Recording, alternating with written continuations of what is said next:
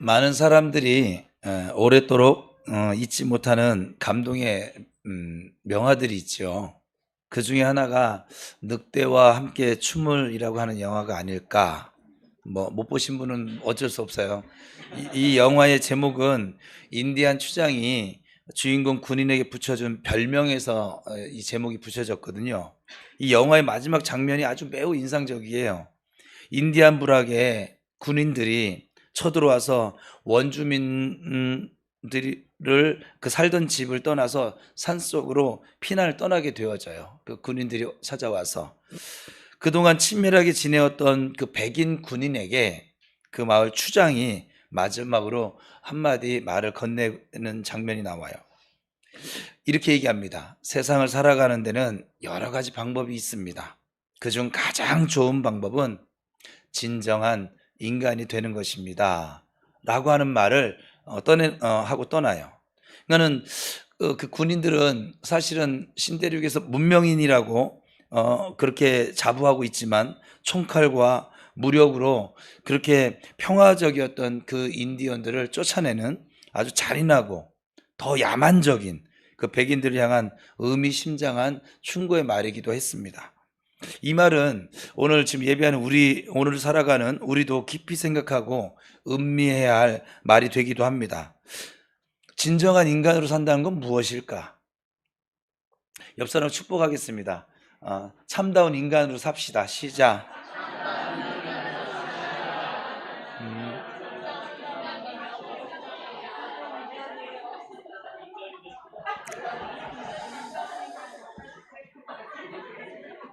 요즘 사회에 문제가 참 많습니다. 왜 많을까요? 배움이 모자라서요? 돈이 없어서요? 아니면 차가 없어서요? 환경이 안 좋아서요? 아니죠. 우리 저보다 인생 선배분들에 비하면 그 시절에 비하면 지금은 정말 좋은 세상이거든요. 그런데 그럼에도 불구하고 참다운 인간답게 살지 못하는 사람들이 점점 더 많아지기 때문에 우리 사회가 불안하고 그리고 지금 이렇게 힘들어지고 있지 않나 그렇게 생각을 해봅니다. 우리가 인간으로 사는 길은 자신의 존재, 인간으로서의 존재와 본분을 알고 또 지금 내가 누리고 있는, 받고 있는 이 은혜들에 감사할 줄 알고 또 그 은혜에 보답할 줄 아는 그 삶을 살아가는 사람이 인간이겠죠. 제가 항상 이 말씀을 나누게 되면 우리 큰아이가 생각나요. 우리 큰아이 이름이 은하인데 여기 지금 은하가 3명이나 있네. 다른 두 은하는 어떤 의미인지 모르겠어요. 근데 우리 아이 이름을 제가 내 아이 이름을 져줬는데 은혜 은자에 아이야자를 썼어요. 근데 사실은 저 아이 평생에 하나님의 은혜를 아는 인생을 살았으면 좋겠다 하는 마음. 그래서 붙여놨잖아요. 은혜를 아는 아기, 조금 자라서 은혜를 아는 아이, 은혜를 아는 아가씨, 은혜를 아는 아내, 은혜를 아는 아줌마.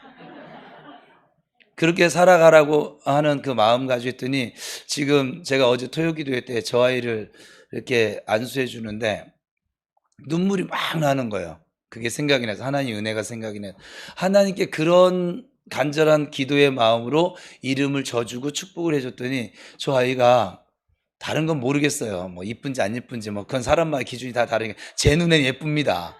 그런데 다른 것이 예쁜 것이 아니라 은혜를 아는 인생을 살아가고 있더라고요. 그래서 제 눈에 인간다워요. 제 딸이라서 하는 얘기가 아니에요. 여러분들도 주 안에서 저하고 다 같은 형제잖아요. 여러분들도 저는 인간답게 살아갈 수 있기를 축복합니다. 사도 바울은 이 데살로니가 교인들에게 편지를 보냈는데 오늘 보면 두 번째 편지. 그냥 전서가 있고 후서가 있는데 전서는 첫 번째 편지. 근데 첫 번째 편지, 이 편지들은 모두 솔루션이에요. 그 교회에 좀 문제가 좀 발생되어졌을 때 그 문제를 해결해 주는 솔루션을 제공하려고 쓴 것이 우리가 읽고 있는 서신서들이거든요. 데살로니가 교회에 문제가 생겨졌어요. 그래서 첫 번째 편지를 보냈는데도 아주 그냥 이게 아주 시원하게 해결이 되지 않아서 두 번째 편지를 쓴 것이 데살로니가 후서가 됩니다. 그 당시 데살로니게 교회는 사실은 이 데살로니게 교회는 부평 우리 교회가 지향하는 교회 모델 중에 한 교회거든요. 성경에 나와 있는 교회 중에 제가 두 교회를 모델로 삼는다고 그랬어요. 하나는 데살로니가 교회고 또 하나는 요한계시록에 나오는 빌라델비아라고 하는 교회인데, 제가 기도할 때도 하나님께 간구할 때도 부평 우리 교회가 이 교회들의 모습들이 나타나게 해주세요. 데살로니가 교회는 우리가 잘 아는 것처럼 믿음의 역사와 또 소망의 인내와 사랑의 수고가 넘쳐나서 믿는 자들에게, 믿지 않는 자들뿐만 아니라 믿는 자들에게도 본이 되는 교회였거든요. 저는 부평 우리 교회가 그런 교회가 될 수 있기를 축복합니다. 또 빌라델비아 교회는 적은 능력을 가지고도 거기 그 교회 구성원들이 소장농들이었거든요. 그래서 그 포도 와인 만드는 그 농장에 소장농들이 들로 구성되어져 있던 작은, 그렇게 그다지 크지 않은, 그러니까 좀 돈 있고 빽 있고 힘 있는 사람들은 잘 오지 않았던, 제가 성지순례 가보니까 정말 좀 작아요. 작아도 우리 교회보다 큽니다. 근데 거기 그 당시에서 뭐 라우디게아도 가보고 에베소 교회도 가봤는데, 그런 교회들에 비하면 빌라델비아 교회는 정말 좀 작은 교회였어요. 규모적으로 그 작은 교회였지만 적은 능력을 가지고도, 그러니까 교회의 힘이 좀 적음에도 불구하고 믿음을 배반하지 않고 지켰던 교회가 빌라델비아 교회였어요. 그러니까 우리 교회가 다른 거는 좀 부족하고 연약하더라도 좀 믿음의 능력이, 그 믿음을 지켜나가는 힘이 좀 강한 교회가 될 수 있기를 축복합니다. 어쨌거나 이 데살로니가 교회 이 당시에는 환난과 핍박 가운데 있었었는데, 그러나 바울의 편지 가운데 참으로 이 교회에 대한 감사가 참으로 많이 나오는 교회이기도 했습니다. 그들은 고난 중에서도 예수 그리스도를 구주로 믿고 그 구원 얻은 믿음을 지켜나가는 성도들이었고, 그들에게는 좀 역경과 환난 속에서도 하나님의 자녀가 되었어, 그 하나님의 자녀가 되었다는 감동과 기쁨이 있었습니다. 그들은 더 나아가서 죄사함의 은혜를 주신, 그런 놀라운 구원의 은혜를 주신 아버지 하나님께 감사할 줄 알았던 교회였습니다. 더 이상 하나님께 바라는 것도 없고 넘치는 감사, 성숙한 감사를 주님께 드리는 교회였습니다. 모든 것을 지으신 하나님을 알게 하시고 또 예수님을 알게 하시고 또 자신들이 성도로서 부르심을 받은 것에 대한 감사가 있는 그런 교회였습니다. 하나님께서 우리에게 원하시는 바가 무엇일까? 그것은 바로 감사라는 것이죠. 부모가 자식에게 무엇을 바랄까? 요즘은 다 뭐 돈 달라고 하죠. 그죠? 부모가 자식에게 무엇을 바랄까요? 네. 감사하는 삶을, 하나님의 은혜를 알고 감사하는 삶을 살기를 원할 것입니다. 모르겠어요. 저는 그래요. 전 이 아이들이 저 효도여행 안 보내줘도 좋고 비행기 안 태워줘도 좋아.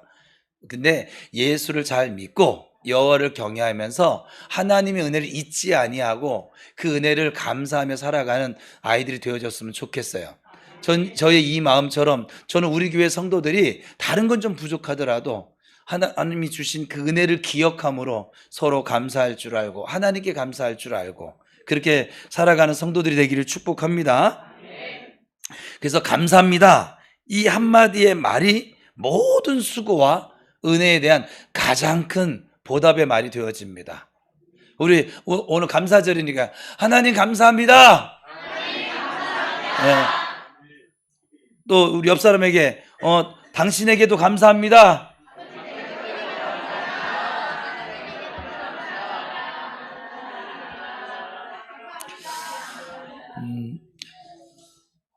어린아이가 10살이 되어지면 대략 한 6,000개 정도의 낱말을 이제 알게 된다고 해요. 보편적인 걸 얘기하는 거예요. 그 가운데 부모를 가장 기쁘게 할 수 있는 말, 엄마 감사해요, 아빠 감사해요. 또 성인이 되면 평균적으로 한 25,000 단어를 우리가 알게 된다고 합니다. 그러니까 여기는 성인 대부분이니까 여러분들 25,000 단어를 이상을 모르면 참 공부하셔야죠. 근데 그리고 그 가운데 다른 사람을 기쁘게 할 수 있는 최고의 단어도 역시 감사합니다. 그 주님을 가장 기쁘게 할 수 있는 우리 사람의 용어, 인간의 용어가 있죠. 그것도 주님 감사합니다 라고 하는 언어입니다. 감사주를 오늘 맞이했는데 여러분에게는 어떤 감사가 있을까요? 여러분이 나에게는 어떤 감사가 있지? 감사절날도 감사치 못한 사람은 하여간 인간은 아니에요. 제가 볼 때는 사람이지. 예? 감사절에도 감사를 못하니 다른 반년 동안 얼마나 불평과 원망 속에서 자기를 학대해가며 가족을 괴롭히며 내 주변에 있는 사람들이 힘들게 하며 살았을까? 여러분, 감사가 없다는 건 뭔지 아세요? 고마움을 모른다는 건 짐승인 거예요. 근데 짐승도 알거든, 사실은. 제가 동물농장을 좋아한다고 그랬잖아요. 지금도 매주 봐요. 저희 집에 제 방으로 볼 수 있는 아이가 넷플릭스인가 뭐를 깔아줘서 거기에 동물농장이 있더라고요. 매주 봅니다. 동물농장을 보면서 제가 얼마나 회개하는지 몰라요. 동물들도 저렇게 은혜를 알고 보답하고 충성할 줄 아는데 나는 어찌 이렇게 말로 형용할 수 없는 은혜를 받고도 계속 이렇게 불평만 하고 살까? 왜 미워만 하면 살까? 인상 쓰고 살까? 여러분이 인상 쓰잖아요. 여러분의 인상만 쓰는 게 아니에요. 인상 쓰는 순간 여러분은 불행해졌어요, 이미. 그래서 인상 쓰는 거거든요. 두 번째, 여러분과 함께 하고 있는 사람도 불행해져요. 그리고 여기 성인들이니까 여러분의 가족들도 불행해져요. 누구 때문에? 인상 쓰고 있는 나 때문에. 불평하고 있는 나 때문에. 그러면서 아들아 딸아 사랑한다. 거짓말이죠. 무슨 사랑을 그따위로 합니까? 무슨 사랑을 괴롭히면서 해요? 그 스토커입니까? 그죠? 감사절 날인데. 그래서 여러분 인상 피고 사세요. 감사할 줄 아는 사람이 인간인 거예요. 제 기준으로는 그래요. 또 성경 기준으로도 그래요. 감사할 줄 모르는 사람은 인간 아니에요. 사회에 문제를 일으키는 사람들은 전부 다 감사할 줄을 모르는 사람들이세요. 자기 욕심만 가득한 사람, 지가 하나님인 줄 알고 사는 사람, 그 사람들 때문에 사회가 이렇게 지금 가정이 깨지는 것이고, 서로 감사할 줄 알면 가정 깨지지 않겠죠. 그리고 집에 들어갈 때 행복하겠죠. 집에 들어가면 감사가 있는데, 근데 집구석이 들어가기 싫어. 뭘까요? 감사가 이미 사라졌어요. 거기는 승질과 자기 고집과 그리고 자기 아집만이 남아있기 때문에 그렇게 집안 분위기가 그렇게 되겠지요. 서로 감사하며 사십시다. 인간답게 삽시다. 그래서 아무쪼록 우리 모두에게 넘치는 감사, 풍성한 감사, 이 감사를 잃어버리고 살았더라도, 너무 분주함 속에 놓치고 살았더라도 오늘 이 감사절날 다시 이 감사가 치유되어지고 회복되어지는 은혜가 저와 여러분에게 있어지기를 축복합니다. 자, 그러면 그리스도인으로서 마땅히가 중요해요. 마땅히 드려야 할까? 저 마땅한 것을 안 하니까 죄인 거예요. 저거는 마땅한 거예요. 감사는 마땅한 겁니다. 우리가 더군다나 그리스도인이 되어져서 천국 시민이 되어져서 마땅히 드려야 할 감사가 무엇일까? 첫 번째는 그리스도인이 항상 감사해야 할 이유는 하나님 우리를 택해 주셨기 때문에 그렇습니다. 우리가 자꾸 잊고 사는데 본문에 보면 하나님이 처음부터 너희를 택하셨다 이렇게 말씀하고 있어요. 지금 바울이 감사하고 있는 내용 중에 데살로니가 교인들을 보니 처음부터 하나님이 너희를 택하셨어. 이 택하였다라고 하는 것이 얼마나 큰 감사냐면 많은 것들 중에 특별하게 스페셜하게 뽑혔다는 거예요. 그 수많은 사람들 가운데 저와 여러분을 하나님 뽑으셨다는 거예요. 특채란 얘기예요. 지금 고3 이 수험생들은 수능고사를 이제 준비하고 있는데 어떨까요? 원하는 대학의 합격자로 뽑히기를 그들은 얼마나 고대하고 있을까요? 얼마나 소망하고 있을까요? 바울은 하나님께서 우리를 선택하신 것이 너무 감사하다는 거예요. 이 하나님의 선택은 어제 오늘 이루어진 것이 아닙니다. 이미 오래전에 우리를 선택하시고 미리 정해 놓으셨어요. 로마서 8장 29절이면 같이 읽어볼까요? 시작. 하나님이 미리 아신 자들로 또한 그 아들의 형상을 본받게 하기 위하여 미리 정하셨으니 이는 그로 많은 형제 중에서 맏아들이 맏아들이 되게 하려 하심이니라. 그러니까 하나님께서는 우리가 하나님을 알기도 전에 우리를 먼저 아셨습니다. 우리가 하나님을 사랑하기 전에 우리를 먼저 사랑하셨습니다. 하나님은 2000여 년 전에, 아니 더 나가서 태초부터 창세 전에 우리를 예정하시고 그리고 선택하시고 그리고 독생자 예수 그리스도를 십자가에 못 박아 죽이면서까지 우리를 사랑하였습니다. 우리를 예정하시고 선택하여서 예수 그리스도로 말미암아 하나님의 자녀가 되는 권세를 누리게 하셨습니다. 그러니 여러분이 지금 예수를 믿고 살아가는 것은 그냥 내가 예수 믿어야지, 아니요. 하나님의 계획 속에서. 근데 지금도 구원받지 못한 사람들이 말세가 되면 3분의 2가, 전 세계 인구 중에 성경대로 하면 3분의 2가 예수가 없어요. 3분의 1만 선택받은 사람들이에요. 그 3분의 1에 저와 여러분이 지금 들어가 있는 거예요. 여러분이 배반하지만 않으시면 한번 옆 사람 보세요. 배반하게 생겼나 안 생겼나. 자, 우리 옆 사람 축복하시다. 우리 믿음을 배반하지 말자. 시작.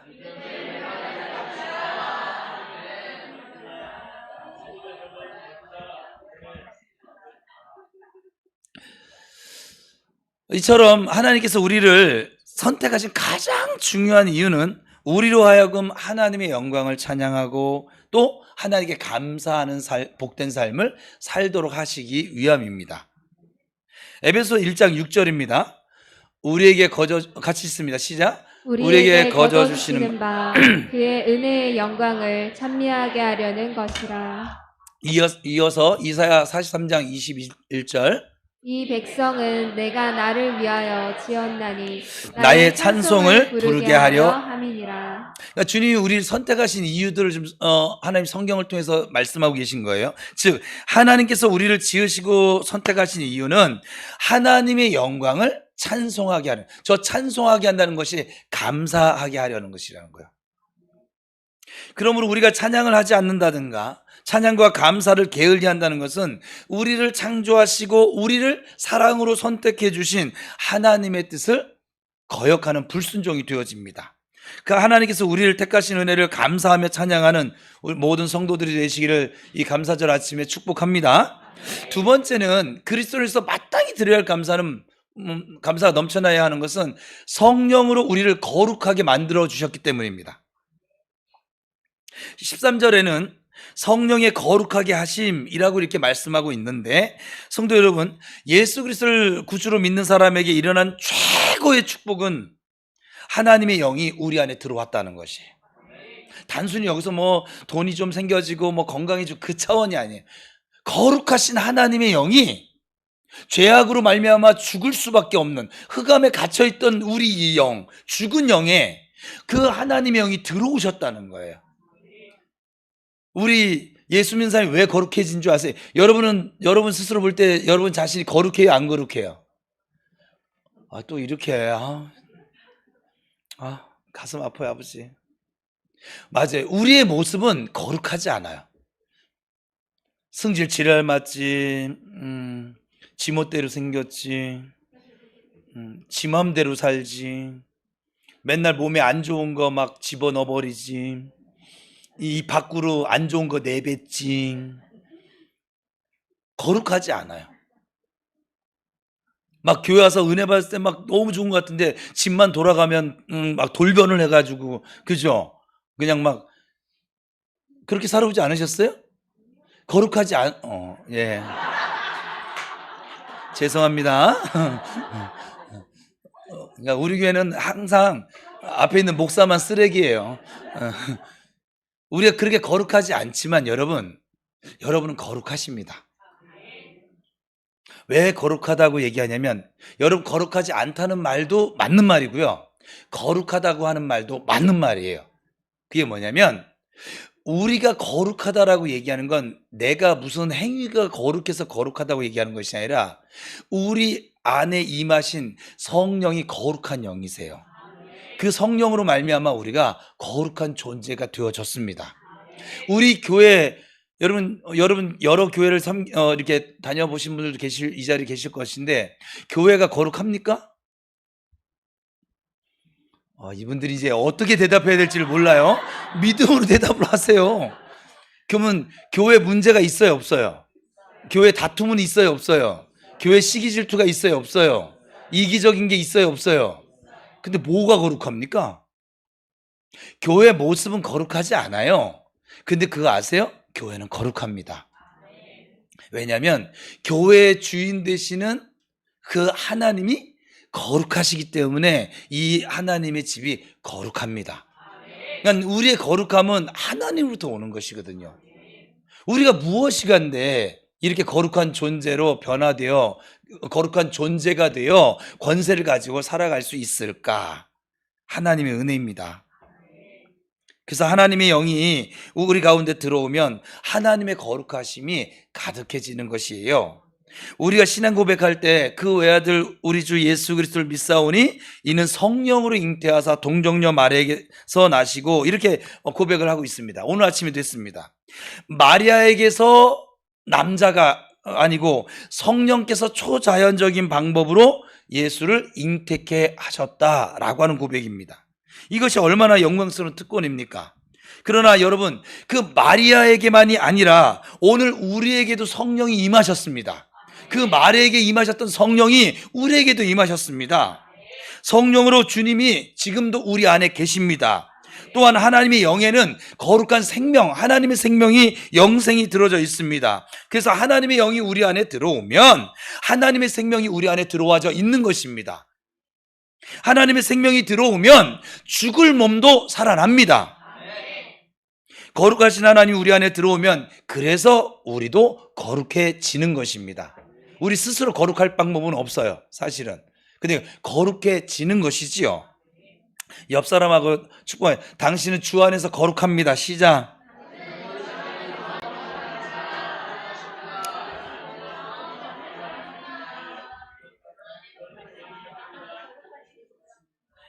모든 사람이 죄를 범하였음에 하나님의 영광이 이르지 못한다라고 하나님은 인간론을 얘기하십니다.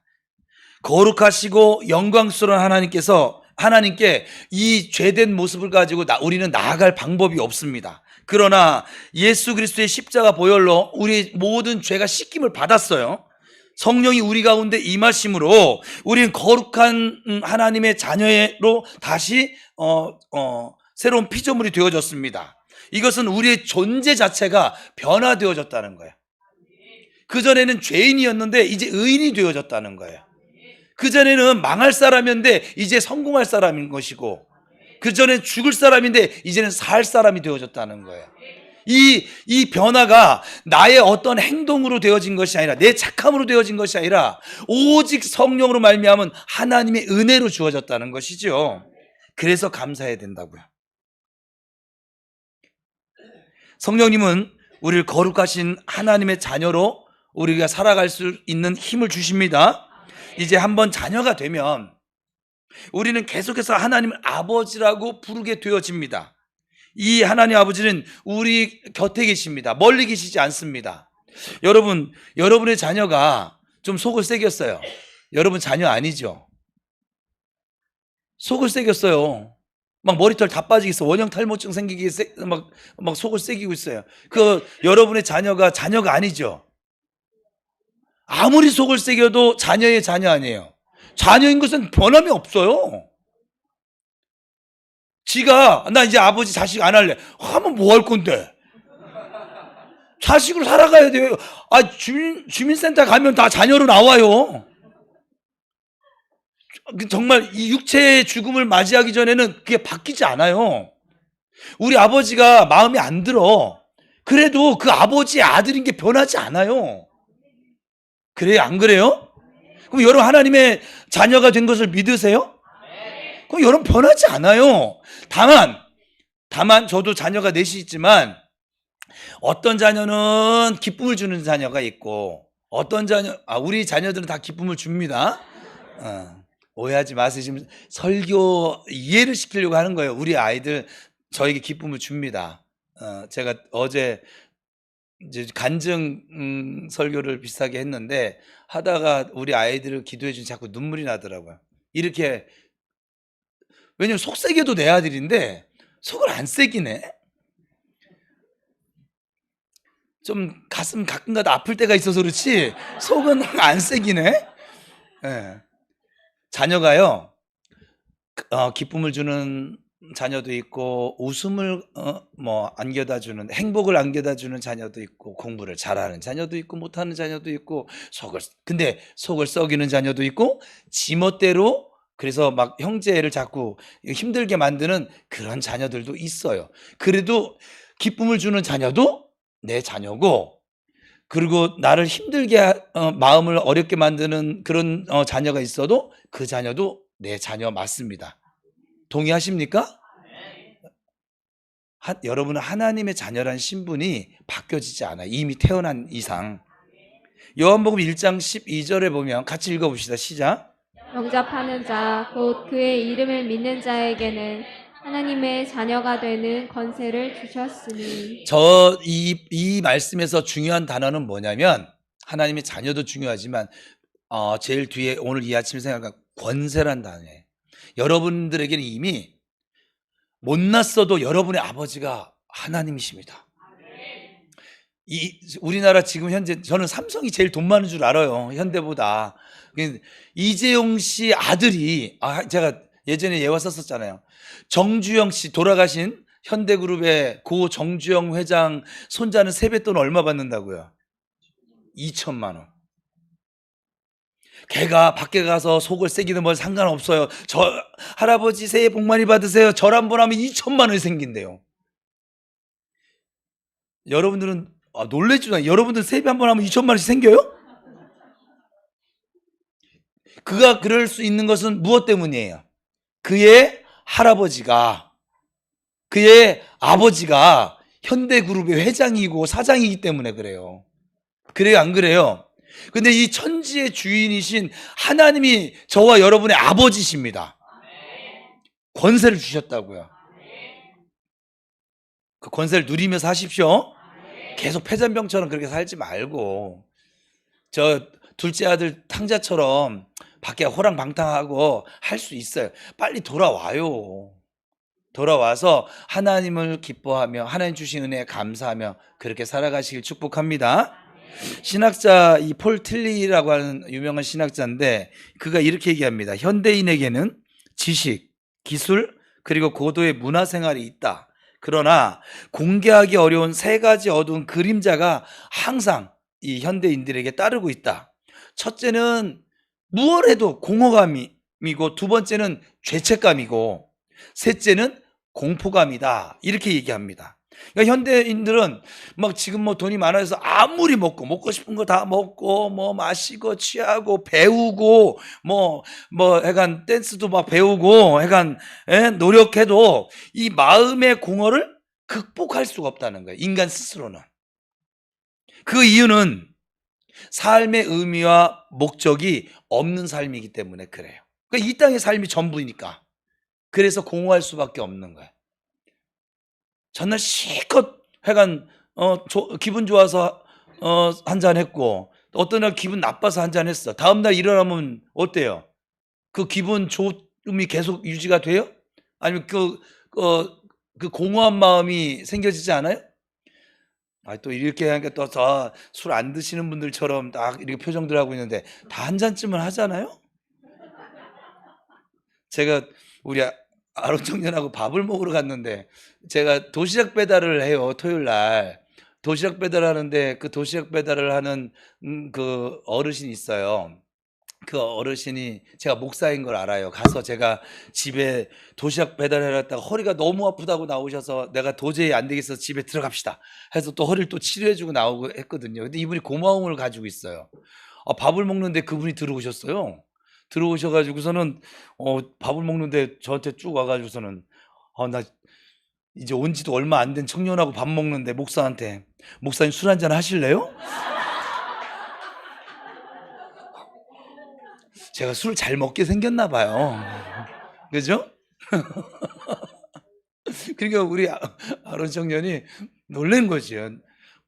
호칭은 목사님이라고 불러가면서, 그러니까는 도대체 이 목사님 술 드시는 분이신가 막 순간적으로 막 많은 갈등이 오갔을 것 같아요. 예, 그분이 옆 테이블에서 그 지인들하고 이제 술을 한 잔을 하니까 이제 평소 고마움을 가졌던 목사에게 권했던 거예요. 그분은 예수를 안 믿으니까. 그분에겐 그게 보답하는 길이니까. 지금 생각해 보니까 한 잔 마셔주고 왔었어야 되는데.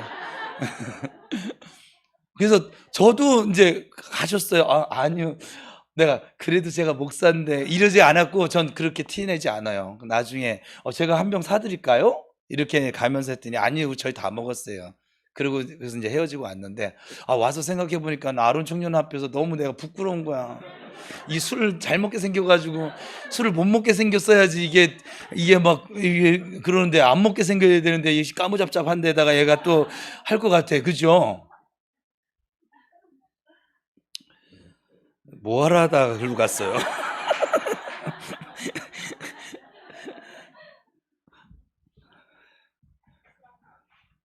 네, 자녀된 권세를 하나님 주셨는데, 우리가 자꾸 사람이 살다 보면 여러분이 약간 무엇을 하든지 그것을 하고 나면 이 현대인에겐 공허함이 찾아와요. 왜 그러냐면 이 사람 이 안에요, 처음에 사람을 지을 때 흙으로 만드시고 그 안에 하나님의 영을 불어넣어 줬거든요.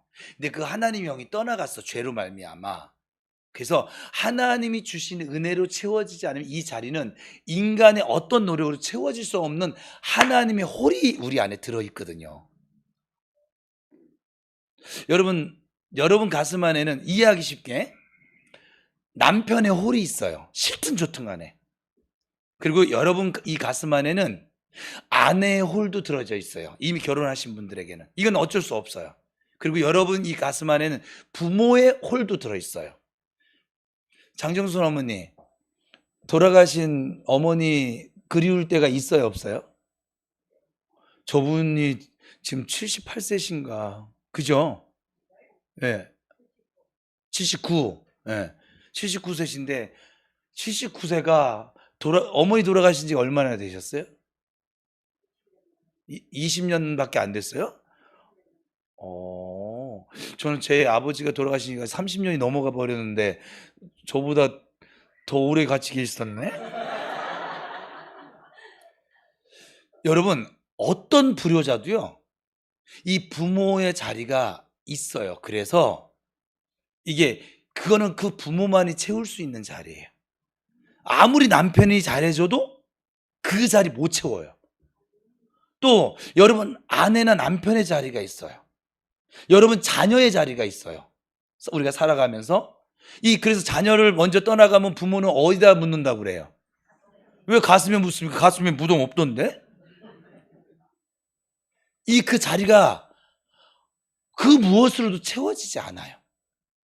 그것처럼 우리 영혼의 주인이신 하나님의 자리가 있어요. 모든 사람에겐. 그들이 몰라서 그래요. 그래서 무엇을 해도 여기가 안 채워져요. 좀 더 나가면 죄책감이 들어와요. 이게 안 채워지면. 지금 오늘 폴틸리 이 신학자가 얘기한 것처럼 그 다음에는 그 죄책감이 더 심해지면 공포감이 찾아와요. 두려운 거예요. 그래서 우리가 사람들이 무서워하는 거예요, 죽음을. 하나님이 없는 죽음을 만나잖아요. 두려워해야만 합니다. 지옥 갈 수밖에 없으니까. 지옥은 여러분 너무 간단하게 생각하지 마세요. 지옥은 영원토록 죽을 수 없이 고통만 받는 곳이 지옥이에요. 여러분 지금 몸이 조금 아프면 어때요? 막 못 견디겠잖아요. 여러분 이 잠깐도 가시가 하나 여기 박혀도 못 견디겠잖아요. 이것도 못 견디는 우리예요. 근데 영원토록 꺼지지 않는 유황불못에서 죽지도 못한 채로 그 고통을, 여러분 화상의 고통을 아세요? 그걸 영원토록, 그러니까는 함부로 죽는다는 소리, 그러니까 하나님 없는 죽음을 맞이하는 거는 저주 중에 저주인 거예요, 사실은. 여러분 하나님이 우리 옆 사람 다시 인사합시다. 당신은 지옥 갈래야 갈 수가 없어. 시작.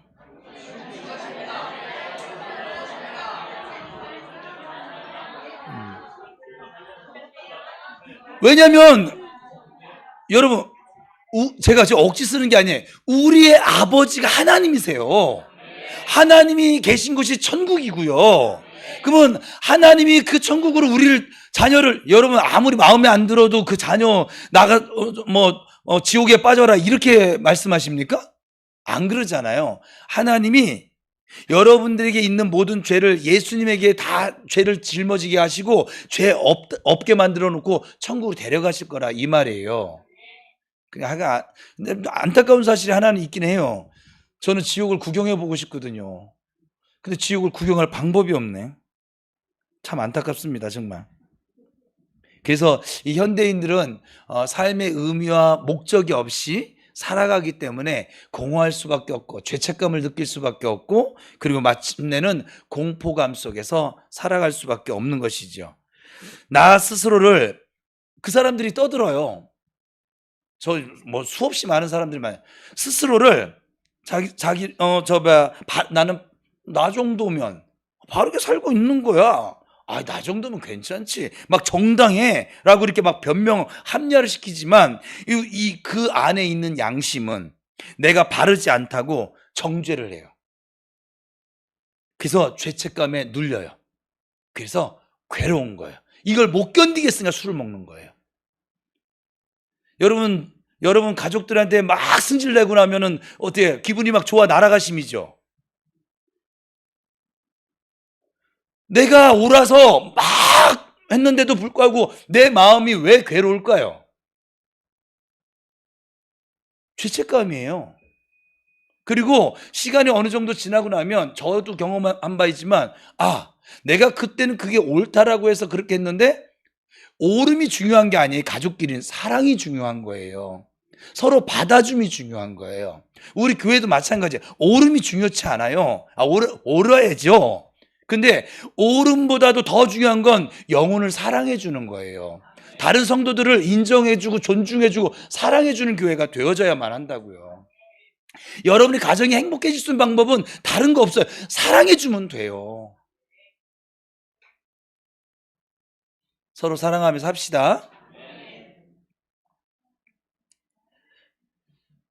그래서 뿐만 아니라 우리의 미래가 어떻게 될지를 알지 못하기 때문에 아주 종말론적인, 나 이러다 지옥 가지, 이런 두려움이 계속 엄습해 있는 거예요. 그래서 삶에 기쁨이 없는 거예요. 감사가 안 나오는 거예요, 막. 그러나 성령이 우리 안에 임하시면 우리를 거룩하도록 만드십니다. 그것은 죄에서 우리를 구원하신 것이고 우리를 의인 만들어 주십니다. 그 성령이 우리에게 임하셨다라고 하는 것은 하나님께 더 이상 이제 심판을 받고 야단을 맞고 그것이 아니라 사랑받는 존재가 되어졌다는 것이고 이제 무엇을 하며 살 것인지 인생의 목적이 생겼다는 거예요. 그래서 소망을 주신다 이 말이에요. 그러기에 두려움이 없어지는 것이고 담대해지는 것이고 그리고 자유로운 영혼으로 살아갈 수 있는 것입니다. 여러분 예수님 영접하셨어요? 큰 소리로 아멘.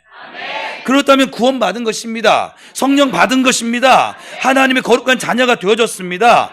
베드로전서 2장 9절에서 10절을 통해서 하나님은 이렇게 말씀하십니다. 같이 읽어볼까요? 시작. 오직 너희는 택하신 족속이요 왕같은 제사장들이요 거룩한 나라요 그의 소유된 백성이니 이는 너희를 어두운 데서 불러내어 그의 기이한 빛에 들어가게 하신 자의 아름다운 덕을 선전하게 하려 하심이라.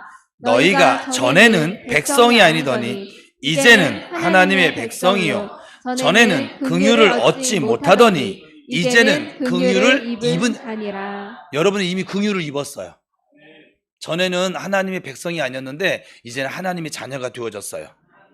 이제 우리는 거룩하게 하신 은혜를 인하여 항상 그러니 감사함으로 살아가는 성도들이 되시기를 축복합니다.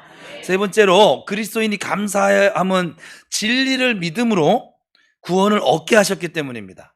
우리에게 주신 은혜 가운데 가장 큰 것은 우리가 이 진리가 믿어진다는 거. 이것도 참 재밌는 거예요. 여러분 한번 생각해 보세요. 구원은 우리가 노력해서 얻는 것이 아니에요. 구원은 하나님의 오직 선물입니다. 구원은 내 안에 스스로 발생되어지는 것이 아니에요. 여러분이 아무리 착하게 살아도 구원 못 받아요. 성경은 철저히 믿음으로 구원받는 것을 그렇게 말씀하고 있습니다. 기독교의 핵심 진리는 우리가 믿음으로 말미암아 구원을 받은 존재라는 것이에요. 예수를 믿으면 건강하고 축복받습니다. 형통합니다.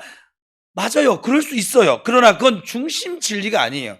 기독교의 중심 진리는 우리는 믿음으로 말미암아 구원받아 하나님의 자녀로 살아가고 있다는 것입니다. 예수님은 내가 곧 길이요 진리요 생명이다 라고 그렇게 말씀하십니다. 중요한 것은 믿음으로 구원을 받는 것이에요. 여러분이 기도를 해서 구원받는 것도 아니고, 여러분이 착한 일을 봉사를 많이 해서 구원받는 것도 아니에요. 헌금을 많이 한다고 구원받는 것도 아니고, 여러분 오직 나의 죄 때문에 십자가에 달려 죽으신 예수 그리스도를 믿는 믿음으로 구원을 받는 것이에요. 이것을 보면 산다는 것이에요. 그래서 성경에 보면 광야에서 이스라엘 백성들이 불뱀에 물렸습니다. 죽을 병에 걸렸어요. 근데 노뱀을 보면 낫는다는 거예요. 산다는 거예요. 이것을 구리에 달려진 노뱀을, 구리뱀을 보면 너희가 산다는 거예요. 안 믿은 사람은 어떻게 됐을까요? 다 죽었습니다. 본 사람은요? 다 살았습니다.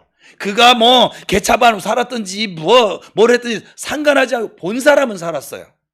세상에 믿을 수 없는, 아주 실로 어처구니 없는, 약을 먹은 것도 아니고, 그죠? 장대에 매달린 구리뱀 봤다고 살고, 그거 보지 않으면 죽고, 이게 말이 됩니까? 예수 믿는 사람은 누구든지 구원을 받는데요. 어떻습니까? 이 진리는. 이론적으로 따지면요, 여러분, 솔직하게 얘기하는 거예요. 지금 말도 안 되는 소리입니다. 저 목사님 오늘 왜 저러시나? 그러나 여러분, 예수를 믿으면 구원을 받습니다. 그것을 믿는 사람은 구원을 받습니다. 그러나 그것을 믿지 않는 사람은 구원을 받지 못합니다. 그러기에 하나님의 말씀이 믿어지는 것이, 앞에 있는 목사 생활 때는 이 하나님의 말씀이 믿어져요. 그냥 읽으면 이게 하나님의 말씀인 게 믿어져요. 내가 믿으려고 했으면 전 못 믿었을 거예요. 저는 예전에 내 주먹도 못 믿는데 무슨 놈의 눈에 배지도 않는 하나님 믿는다고 그래, 이랬던 사람이었거든요. 예수 믿기 전에. 근데 어느 날 봤더니 성경이 있는데 이 성경 말씀이 하나님의 말씀으로 믿어지고 있더라고요. 지금도 제가 믿어지니까 이렇게 설교를 하고 있는 거예요. 그래서 저는 우리 구원받은 우리 성도들의 가장 큰 복은 뭐냐면 하나님의 말씀이 믿어진다는 사실이에요. 이 구원을 이루신 하나님은 믿음의 사람들을 위해서 계속 우리 안에 구원의 역사를 이루어 가십니다. 점점 믿음이 성장하게 만들어 가시고, 점점점 깨닫게 해주시고, 점점점 감사할 줄 아는 사람다운 사람 만들어 가시고, 기도의 사람으로 만들어 가시고, 순종의 사람으로 만들어 가시고, 하루아침은 아니지만, 그러므로 항상 구원하시는 하나님을 인해서 감사하는 성도들이 되시길 축복합니다. 언제나 우리와 함께 계신 주님을 인해서 서로 감사하고 하나님께 찬양하는 성도들이 되시기를 축복합니다. 제가 좋아하는 장로님이셨는데 지금은 장로님이 되셨어요. 장로님 대신 좀 이제 되셨죠. 은퇴도 하셨으니까. 근데 그분이 이제 안수 집사님 시절이었어요. 88도로에서 올림픽대로에서 운전하다가 깜빡 졸았대요. 이분이 큰 사고가 났대요. 그 머리에 부상을 입었어요. 머리에 56바늘이라 꿰매는 아주 대수술을 받았대. 그러니까 죽다 살아났죠, 뭐. 그래서 그 수술 다 마치고 회복하고 교회에 나가서, 아유 목사님 아주 그냥 죽을 뻔했다 겨우 살았습니다. 하나님 은혜가 얼마나 감사한지 모르겠어요. 이렇게 고백하더래, 집사 시절에. 그랬더니 그 교회 목사님도 참, 우리 교회는 그렇게 얘기하면 제가 받아줄게요. 근데 그 교회 목사님은 말씀을 이렇게 하셨대요. 집사님, 죽을 뻔하다가 산 것을 인해 감사하시는데 그보다 더 큰 감사가 있습니다. 그동안 평소에 아무런 사고 없이 지켜주시고 살도록 해주신 하나님께 감사하는 것입니다. 항상 동행하시고 앞으로도 인도하신 주님을 우리가 감사할 수 있어야 한다는 그 말씀을 하신 것이죠. 저한테는 와서 얘기하세요. 전 들어줄게, 그냥. 이런 입바른 소리 안 하고. 여러분, 제가 운전한 지 한 35년 됐거든요. 큰 인사사고는 없었고요. 아예 인사사고는 없었었고, 접촉사고도 크게 없어요. 35년 동안 저는 제가 운전을 잘해서 그런 줄 알았어요. 실제로 운전을 좀 잘합니다. 음, 제 차를 타보시면 알아요. 그리고 조용하고 부드러워요. 제가 다른 분 차를 잘 안 타요. 멀미나요. 핸들을 그냥 팍팍 꺾어가지고. 저는 핸들을 팍팍 꺾지 않거든요. 제가 다른 분 보는 그 봉고차 맨 뒷좌석에 앉았는데 제가 멀미를 안 해요. 전 배를 타도 멀미를 안 하고 차를 타면서 멀미도 안 하고 전 멀미란 걸 잘 모르고 살아왔어요, 지금까지. 근데 그 차 한번 탔다가 그냥 멀미가 이런 거구나 막 너무 힘들었거든요. 그 앞에서는 핸들 살짝 꺾었는데 뒤에서는 막 꼬리를 치는 거예요, 막. 봉고차들이 그래. 그래서 그다음부터 제가 성도들이 그랬겠구나. 그걸 깨달아서 그다음부터는 천천히 가거든요. 지금도 뭐 표준 속도 이상은 뭐 가질 않으니까. 그런데 난 제가 이렇게 운전을 잘해서 사고가 안 났구나. 그 우리 집 애들은요, 제 차를 타면 무조건 눕습니다. 쟤들은 눕는 게 장점이에요, 그냥 막. 그리고 운전하다가 제가 뒤를 돌아보고 애들하고 한참 얘기를 해도 애들이 무서워하지를 않아요. 운전자가 앞을 안 보고 있는데도 그러고 있더라고요. 그러니까 장난을 쳐요. 그게 좋다고 얘기하는 것이 아니라. 근데 다른 집을 보니까는 저도 다른 목사님들 봤더니 맨날 딱지 날라오고 맨날 자기가 가서 들이받고 와서 들이받아주고 뭐 하여간 차가 성할 날이 없는 거예요. 새 차를 뽑았는데도 저희 차는 지금 새 차 뽑아서 지금 공장을 한 번도 가본 적이 없어요. 엔진 오일만 갈고 타고 있어요. 지금 4년째 그냥. 그러니까는 저는 제가 운전을 잘하는 줄 알았어요. 근데 깨달았어요. 하나님께서 때마다 일마다 도와주고 계셨던 것이었어요. 한분리라고 하는 프로그램을 보면 내가 아무리 운전을 잘하고 전 방어 운전까지 하는데 방어 운전을 해도 남이 와서 들이받는 거는 어쩔 방법이 없어요. 지하차도를 지나가는데 지하철에서 어느 마약한 놈인지 술 퍼먹은 놈인지 풍 날아가지고서는 이렇게 덮치는데 그걸 어떡할 거야? 그죠? 길 횡단보도 앞에 서 있는데 그 약간 급발진인지 뭐 술 먹었는지 모르지만 차가 그냥 쭉 가서 거기 치여 죽은 사람들은 그 사람이 뭐가 잘못 있겠어요? 그죠? 근데 제가 살면서 그런 사고를 만나지 않았더라고요. 또 제가 살면서 한분리를 보다 보니 교통사고가 아니라 이제 보복 운전하는 사람들이 있더라고요. 와가지고 트렁크에 아예 야구방망이, 골프채, 어떤 심지어는 총 이런 거 싣고 다녀요. 그걸 끼어이 쫓아가가지고서는 위협을 가하더라고요, 막. 여러분은 그런 사람들 만나보셨어요? 감사하세요. 감사하셔야 돼요. 제가 아주 그냥 너무 감사해요. 지금은 보지 않습니다.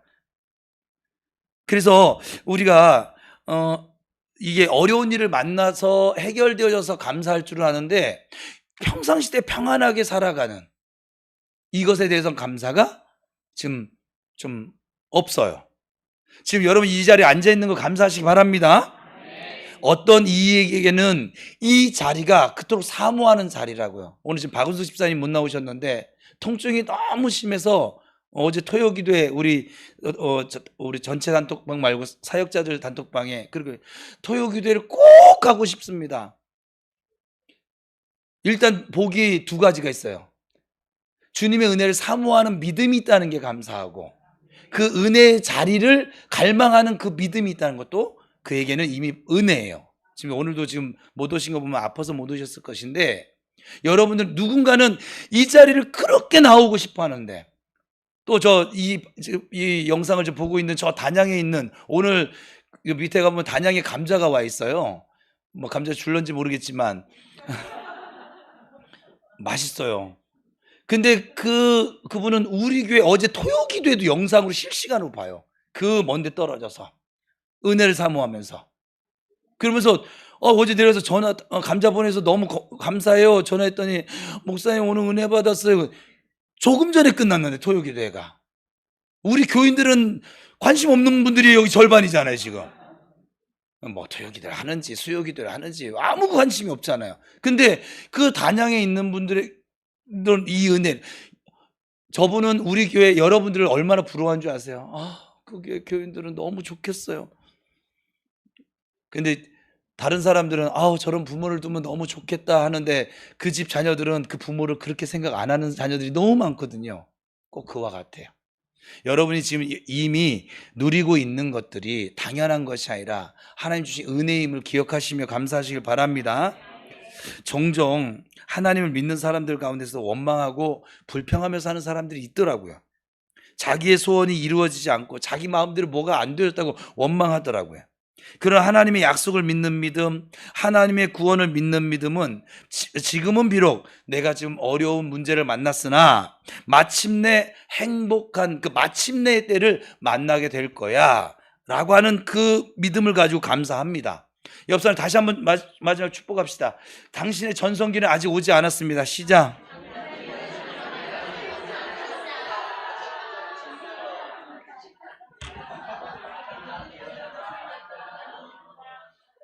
여러분, 우리의 마침내는 무조건 주 안에서 잘 될 것입니다.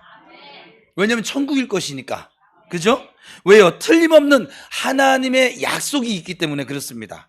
하나님께서는 선하시고 신실하시고 우리를 사랑하시고 우리를 구원하시기 위해서 독생자 예수 그리스도를 십자가 달려 죽게 하신 분이시라면 우리는 언제나 감사해야만 합니다. 이것을 미리 내다보고 미리 감사하는 성도들이 될 수 있기를 축복합니다. 이미 그리스도 예수 안에서 죽음의 문제가 해결된 사람, 이 기독교적인 정말관을 지닌 사람은 이 죽음에 대한 태도가 변화되어지죠. 동시에 지금 이 땅을 살아가는 이 삶의 순간들도 이 태도가 달라지게 되어져 있습니다. 여러분, 이제 좀 인생을 좀 멋있게 좀 삽시다. 예? 허리 좀 올리고, 예? 좀 인생 좀 멋있게 삽시다. 언제까지 맨날 루저처럼 맨날 그냥 그렇게 살래요? 인상 써가면서, 예? 원망하면서 언제까지? 미련하게 현재만을 위해서 살지 마시고 삶 가운데 좀 멋이 드러나고 향기가 나는 삶을 살아가기를 이 아침에 축복합니다. 그것이 왜 나에게 이런 구원의 은혜를 주시는지 하나님께 감사하며 사는 삶이라 이 말입니다. Why me라고 하는 책이 있어요. 이 책은 알래스카 주립대학에서 부교수로 또 교수로 1984년에 최우수 교수상을 수상했던 우리 한국인 김춘근 교수의 간증입니다. 그로 인해서 그 알래스카의 수출이 300배나 늘었대요. 그리고 알래스카 경제 발전에 가장 큰 공을 세워서 표창을 미국으로부터 받은 사람이에요. 그러나 그가 병으로 죽게 되어 소망을 잃었을 때 하나님께 Why me? 어머? Why me? 불평적인 Why me예요. 그는 간이 2배로 부었대요. 그리고 기능을 잃어버렸고 회생이 절대 불가능하다는 의사로부터 판정을 받게 됩니다. 간경화로 수술도 못하고 1년 안에 죽게 될 것입니다. 사망 선고까지 받았어요. 그는 탄탄대로 가던 그 인생을 걸어가는 기쁨을 이제 길게 누리기도 전에 그만 인생의 막을 지금 그 지경에 처한 것이죠. 그 비통은 이루다 말할 수가 없다고 합니다. 그래서 그가 산에 올라 잊고 있던 기도를 시작했대요. 그래서 그는 하나님 다시 한번 저에게 기회를 주소서라고 그렇게 기도했답니다. 그때 그렇게 기도하는데 하나님이 회개의 마음을 주셔서 3가지 회개를 했대요. 첫 번째는 그는 그의 생명이 얼마나 귀중한 것인가, 지금 내가 누리고 있는 이 생명이. 두 번째는 내가 위대한 인생의 계획과 꿈을 가져도 이렇게 몸이 아프고 나니까 아무것도 할 수 없다는 것을 깨달았대요.